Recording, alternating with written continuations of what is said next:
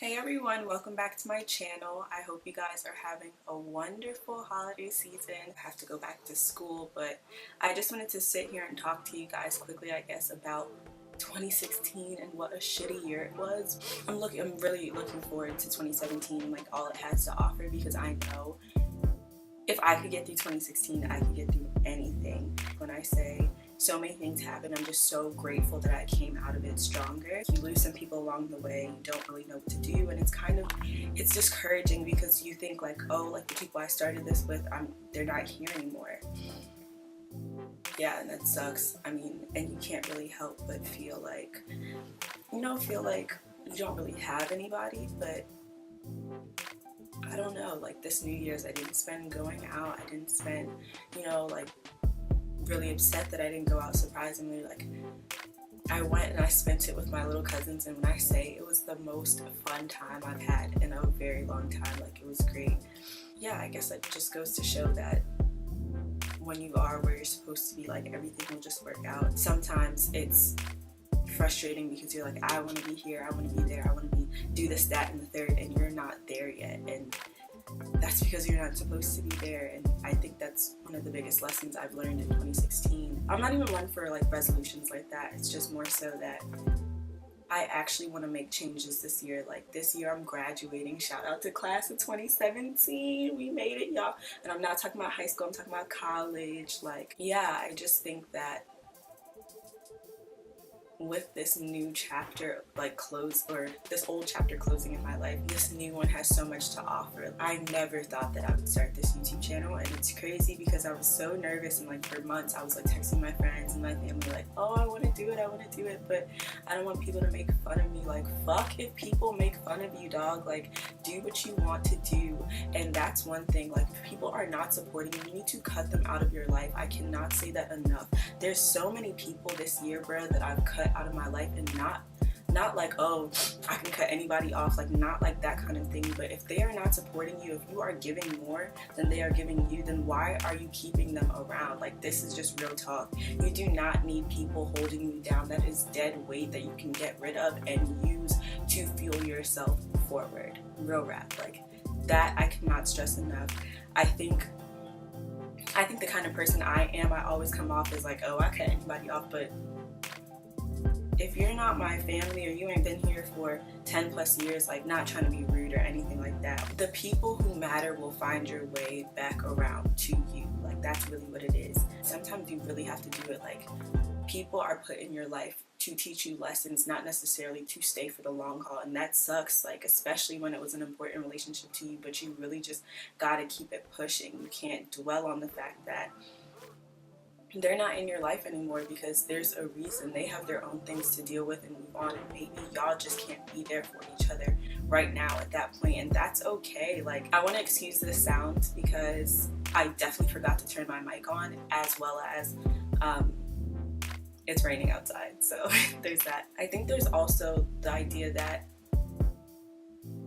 you shouldn't stand in your own way either. I think that's a lot of our issues. We tend to tell ourselves we can't do things, and tell ourselves we can't do this and do that, and this is too hard for me, and how am I going to get here? And you can't do that if you want to success and push forward. Like there's just no way that's going to happen. My favorite cousins that I was just talking about are here. Like I can see them outside the window running into the house. Like they're so cute. But yeah, don't get in your way. Like you have so many other forces already trying to push you down and make sure that you do not get to where you're supposed to go, that why would you also stand in your way? Like what kind of sense does that make? You know what I'm saying? Like in 2017, I want to make sure that anything I say I'm going to do, I will do it. Like that is my goal. That's not a resolution. That's not anything, because I feel like resolutions are like, oh, well, it was a resolution, but I didn't make it, so it's okay, we'll try again next year. Like, no, this is my motto, my mantra. Like, this is what I'm going to do. I will set my mind to things and I will complete them, because that's the only way to do it. Like, especially coming out and going into the real world after May, like I need to buckle down, and I feel like everybody should start off with that mentality. Like, don't wait until graduation to get that buckle down mentality. Start now. Start December 25th, even though it's not a New Year shit. Have your own personal New Year. I saw this other YouTuber, and I can't remember her name, God forgive me. Her name is Destiny. I will link her channel below. She told me, well, she didn't tell me, she told us that she had a personal New Year back in October, and I just thought that was the coolest thing ever. Like, why didn't I think of that? Like, if you need to start over because your life isn't going where you want it to go, why are you gonna wait till January if all this shitty stuff is happening in May?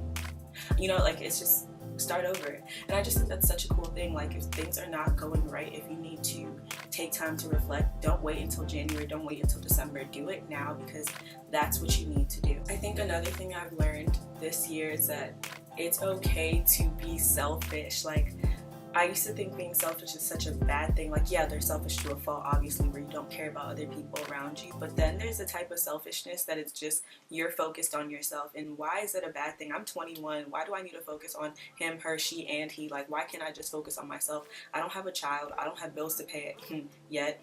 I don't have, you know, this, that, and the third. So why?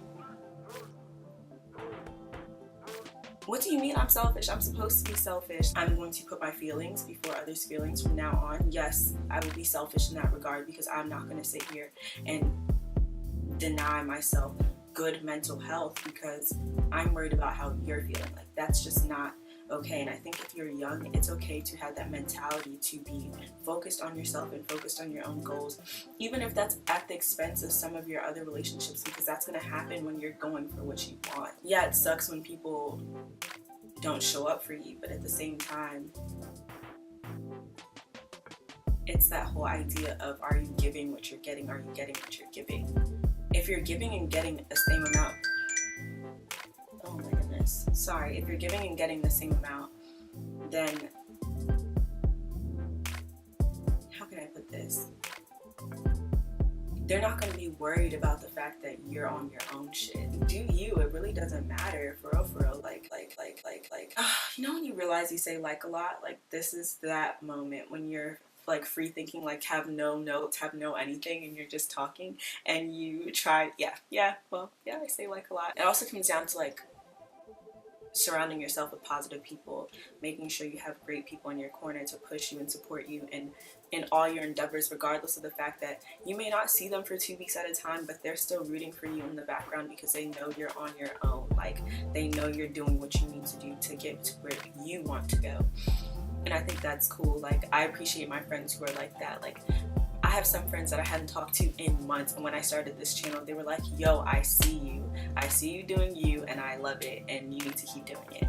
And I bang with that. Moving into 2017, those are all the things I want to keep in mind, because it was such an up and down year. It's also been a great year. Like, I was in a thesis, and it was great. Like, I'm a dance major, for those of you guys who don't know, so a thesis is basically, the grad students, you know, when you're in graduate school, you got to complete a thesis to get your master's or whatever. It's cool. So for dance, they like put together this whole like evening length work, and I got to cast in one of the works called Full Circle, Bridging the Gap by Christopher Law. Woo-hoo. And I'm actually wearing the crew neck right now. That was, when I say, it was one of the best experiences of my life, and everybody else made this deep Facebook post about it and stuff like that, but I was mad busy. I wasn't finished with the semester when everybody else was finished with the semester, so I guess this is like my deep Facebook post. Like, when I say I loved that experience, although I'm not sure if I could do rehearsal 12 hours a week ever again, but I really, really, really had a great time. It's an experience that I would never take for granted, because I don't think I've ever been so openly expressive about how I feel as a Black woman in the United States as I was in that piece. It's just different when you're not in rehearsal Tuesday, Friday, and Saturday, every Tuesday, Friday, and Saturday since summer, since literally 7 months ago. So yeah, it's kind of different in that regard, and I'm just so glad for the experience. So thank you, Chris, for letting me have that experience. If you're watching this, if you're not, that's fine too, I guess.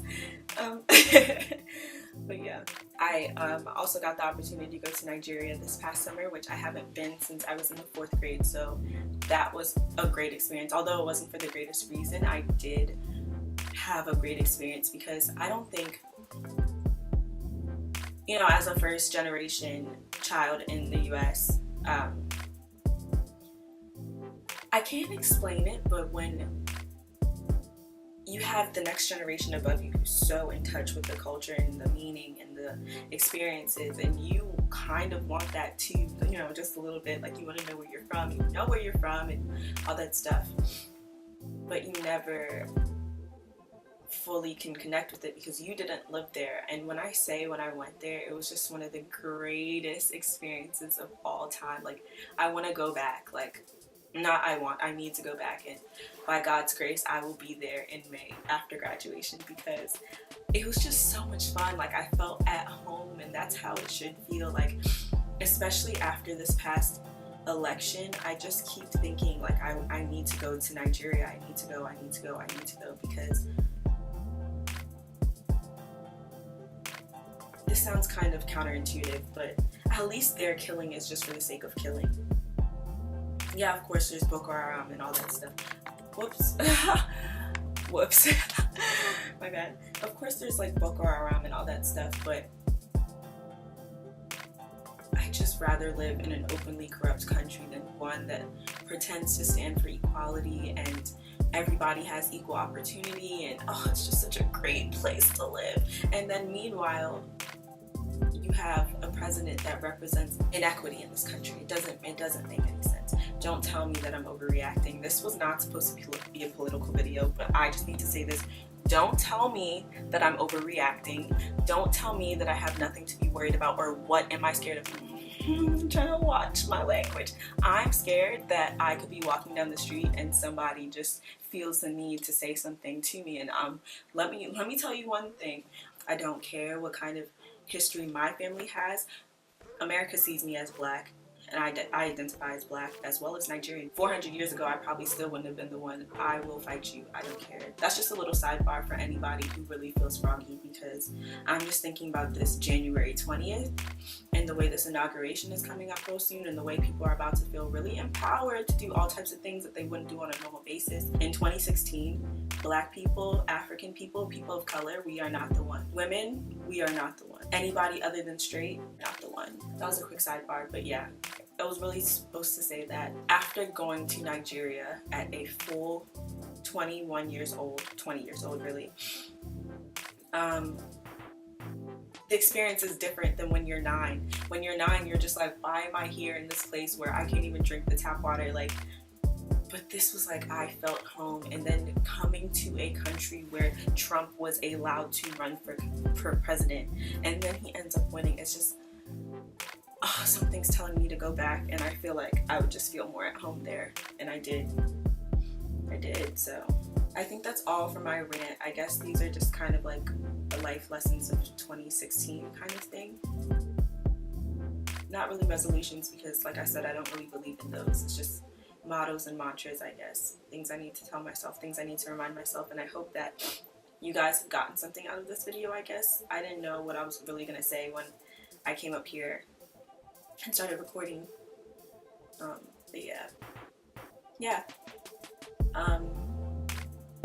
If you want to see more videos like this in the future, I guess just let me know. You can do so by hitting the like button or telling me in the comments. I would love to hear your thoughts and maybe what you guys are thinking about going into this new year. Alright, love you guys. Bye.